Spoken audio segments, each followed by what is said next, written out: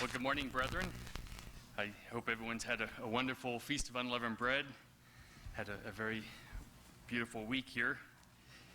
Before I get into that, I wanted to just take and give you just a quick update as to some events that have happened with our sister churches in the country of Malawi.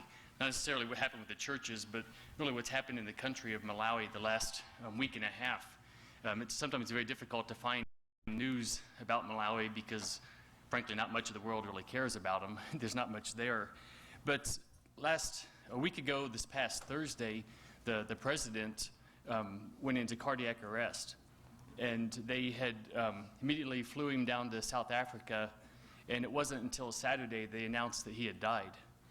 And so it was kind of a shock. And they believe he actually had died on Thursday. But there was a delay in announcing it because his inner circle was trying to take over power.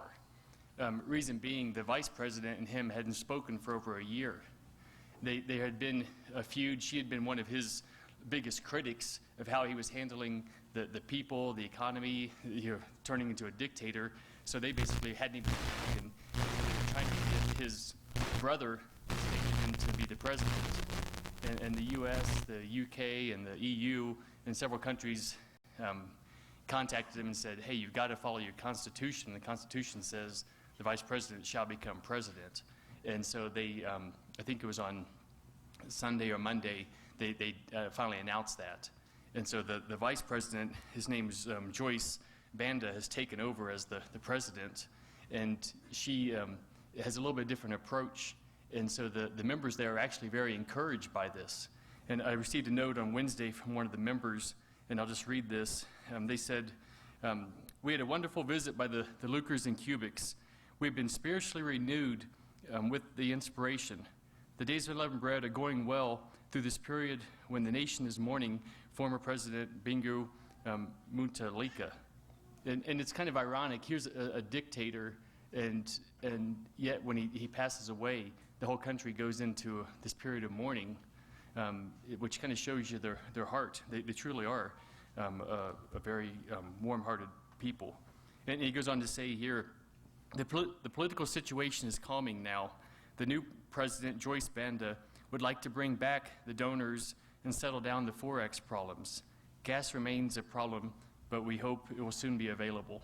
So you can see a little bit of encouragement in there, and so I'm fairly encouraged by this, and I know the Malawi brethren are too, that this will actually make a little bit of a change in their lives, and they can get back to a semi-normal life. So please continue to pray for them. I'm sure they appreciate that, and it was an area, a time that could have been very unstable, but it sounds like it's calming down and may end up turning into a blessing for the brethren there. So anyways, just wanted to pass that on. Well, brethren, here we are in another Holy Day season. I mean, this is a very exciting time of year. The holy days are always an exciting time of year, from the Passover to the night to be observed, through the Feast of Unleavened Bread here, and, we're currently celebrating this last day today. Imagine how exciting the ancient Israelites would have been at this time of year. Would have been at this time, generation after generation had been held in captivity. They'd been in slavery and bondage. And they've just been told that God's going to free them. And they're actually working on being freed at this time. They'd soon be able to live free, soon be able to worship a true God, no more slavery, nights and weekends off. Life was looking good. Things, they were encouraged. God was going to give them a land that they could go and live in. Well, we know God is the same yesterday, today, and forever. And so, how much different has God treated the ancient Israelites? How much different does he treat his people today? How different are we from the ancient Israelites? We read about them in our history book. We know, we got the Bible here. We know how God dealt with the ancient Israelites. But how much different are we from them? There's actually a lot of similarities between the ancient Israelites and God's people today. I did go and look in Lockwoodpedia, looked up a few names here, and I found some translations I thought was kind of interesting. First I looked up Malir, and to see what it was translated as. Actually, in Hebrew, the Malir actually translates to Moses, which is kind of shocking. I didn't realize that. but then I decided, well, I better dig a little further. So I looked up Ashley, and I'm thinking, what would the Hebrew be for Ashley? And the Hebrew word of Ashley actually means Aaron. So we got Moses and we got Aaron. So there's a lot of similarities. And so I was pretty encouraged and decided to keep looking. So I decided to look up Court Heist. I couldn't forget Court Heist. So I looked it up, and I could not find a Hebrew translation. There was no Hebrew translation for Court Heist. I did find an Egyptian one. It actually translated Ramses. But I think it was Pharaoh Ramses, but I know we don't want to get into titles. So, but no, I'm joking. But there are a lot of similarities between the ancient Israelites and God's people today. And that's what I'd like to talk about. The title of this message is Similarities Between Ancient Israelites and God's People Today. As we celebrate this Feast of Unleavened Bread, let's remember what God did for the ancient Israelites. Let's also remember what God is doing, has done, and will do for us today. First of all, both the ancient Israelites and us today, both are living in a foreign land. Both were or are living in a foreign land. The Israelites were living in Egypt, or you could say surviving in Egypt. You know, when you're in a slavery and captivity, I guess you survive, you don't really live, because your life is not your own. But they were living in Egypt. You know, their life belonged to someone else. For 430 years, they've been held in captivity. They've been held in slavery and bondage in this foreign land. And they knew it wasn't their home. They knew they belonged somewhere else. But yet, that's where they were. And that actually, it reminds me of another story that, I don't know if you've heard the one about the baby polar bear. You're thinking about when he belongs somewhere else. There was I heard this up in Alaska, there's a baby polar bear. He's about a month old and decides he's going to leave the den, pokes his head out and turns around and looks at his mom, and he says, "Mom, are you and my father," he says, "are you both real polar bears?" And she's like, "Yeah." She goes, we're both real polar bears, son, and and so are you. He's like, "All right."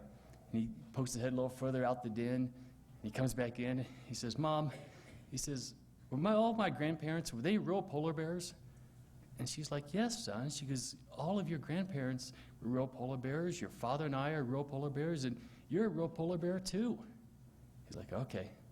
He gets about halfway out of the den, turns out, comes back in. He goes, "Mom," he goes, "were all of my great-grandparents, were they all real polar bears?" And she's like, "Yes, son." She goes, "All of your great-grandparents were real polar bears. Your grandparents were real polar bears. Your father, your mother were all real polar bears, and you're a real polar bear too." He's like, "All right." And he starts to go out again. He turns around and looks at her. She goes, "What?" She goes, "Why do you keep asking this?" He goes, "Because I'm freezing." Sometimes we don't feel like we belong where we're at. The ancient Israelites, they knew they didn't belong in Egypt. Let's turn over to 1 John chapter 2.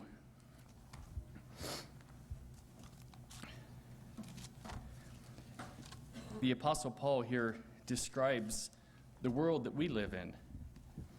Although it's a world that we live in, it's a world that we're not to be a part of, not to live in. It's a world that we don't belong in, but yet it's where we do live. 1 John 2, and starting in verse 15. He says here, "Do not love the world or the things of the world. If anyone loves the world, the love of the Father is not in him. For all that is in the world, the lust of the flesh, the lust of the eyes, the pride of life, is not of the Father, but is of the world. And the world is passing away, and the lust of it, but he who does the will of God abides forever." But brethren, we are living in a foreign land. We're living in Satan's world, a world that is quickly dying. You just have to read the news. It's quickly killing itself.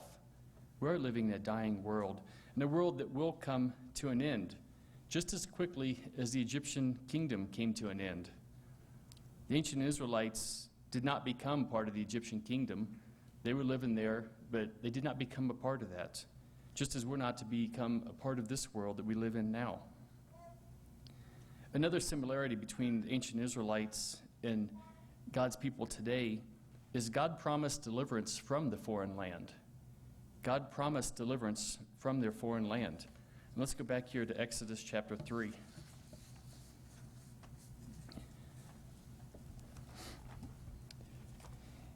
Here in Exodus chapter 3, you'll see that, Moses is tending his father-in-law's sheep. Life is good. He's got a few sheep to watch. No pharaohs to confront, no people to lead. Just sheep watching. How hard is that? So life was pretty good. At this point, he's about 80 years old, so he's getting up there in age, probably thinking, 401k, retirement, thinking things like that. He's out watching sheep. But, you read the account, he sees a burning bush, goes over and approaches it, and he receives instructions and promises from God. We'll pick it up here in verse 7. Exodus 3 and verse 7. And the Eternal said, I have surely seen the oppression of my people. Not the Israelites. These are my people. These are my children. I've seen that. I've seen the oppression of my people who are in Egypt, and have heard their cry because of their taskmasters. For I know their sorrows. So I have come down to deliver them out of the hand of the Egyptians, to bring them up from that land to a good and large land, to a land flowing with milk and honey. And God goes on here to provide Moses with instructions as to what he is to do. God says he's going to deliver him. And so it's going to happen. It's absolutely going to happen. It's impossible, I've said this many times, it's impossible for God to say something that won't happen. So when he makes that promise, his promise is going to be good. God has also made a promise for his people today, for each and every one of us. He's made a promise for us. Let's go over to John chapter 14.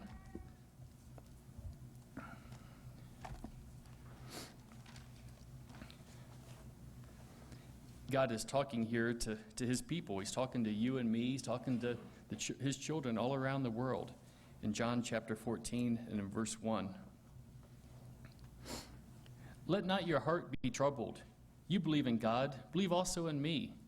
In my Father's house are many mansions. If it were not so, I would have told you. I go to prepare a place for you.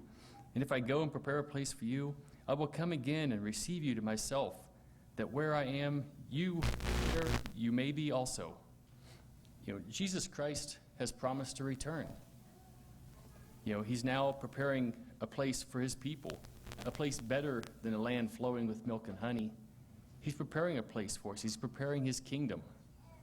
A kingdom specifically for his people, specifically for each and every one of us. And he also says, I'm going to come back. And so if he said it, it's a promise. And if it's a promise, then it's going to happen. It has to happen. And this is his promise that he's going to deliver us from this foreign land, from this world we live in, just as he delivered ancient Israel from their foreign land. Another similarity between the ancient Israelites and God's people today is God's deliverance is on his time frame. God's deliverance is on his time frame. The Israelites were in captivity for over 400 years. They were waiting. They were begging for God to deliver them. They had their hopes up. Every time Moses would go and talk with Pharaoh, was this the time they were going to be able to be freed from Egypt? Was this the time? And you know the story. It took 10 different visits, 10 different plagues before Pharaoh would submit to freeing the Israelites. Moses was going back and forth over this period of time, and their hopes, I'm sure, every time was up and down, and they had to wait. These plagues, typical plagues don't happen just overnight. This takes time. So this is over a period of time, and we heard about that last year during the feast. But could God have done it with just one plague? Well, absolutely, he could have. He could have done it with no plagues, but that wasn't the way he did it. He was doing it on his time frame. And the ancient Israelites, they had to be patient. They had to endure. They had to wait on God. They had to wait on the Master when his plan was. Well, finally, after the 10th plague, they got the call, and it was time to go. And the Israelites were scattered all over the land of Goshen, and they were called to gather together. And some had to journey 20 plus miles to get there. But imagine the excitement. walking 20 miles. They were probably skipping, jumping, running. You had excitement, knowing they're going to be freed. The kids dragging along gold and silver, and they're going, and God's going to free them. The knowing they're being delivered from slavery. Well, Jesus Christ has told us he's coming again. We read that in John 14. He's coming again. He's going to deliver us from this world. Let's go over to Matthew chapter 24.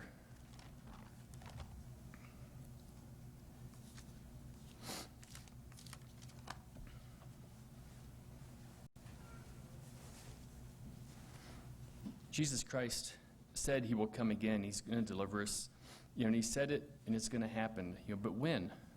It's Matthew 24, and start in verse 29. Immediately after the tribulation of those days, the sun will be darkened, and the moon will not give its light. The stars will fall from heaven, and the powers of the heaven will be shaken. Then the sign of the Son of Man will appear in heaven. Then all the tribes of the earth will mourn, and they will see the Son of Man coming on the clouds of heaven with power and great glory. And he will send his angels with a great sound of a trumpet. And they will gather together the elect from the four winds, from one end of heaven to the other. They're going to be skipping, running, jumping, gathering together. It's time to be freed. You skip down to verse 44. Therefore, you also be ready, for the Son of Man is coming at an hour when you do not expect him. Well, brethren, we do live in a foreign land. We live in a foreign world here. But God hasn't forgot about us. Just as he didn't forget about the ancient Israelites. He heard them. He heard their cries. And he hears our cries. And he hasn't forgot about us. He delivered them on his time frame, when it was ready, when he was ready, when it was his, according to his purpose. And he's going to deliver us on his time frame, as his plan is. In these holy day seasons, this Feast of Unleavened Bread is a very exciting time. Let's make sure that we remember what God did for the ancient Israelites. Remember what he did for his people, for his children. And let's remember what God is doing for us today. Just as the ancient Israelites got the call to gather, just as God had promised, we will one day get the call to gather, just as God has promised. There's only one unanswered question. Will we be there to answer that call?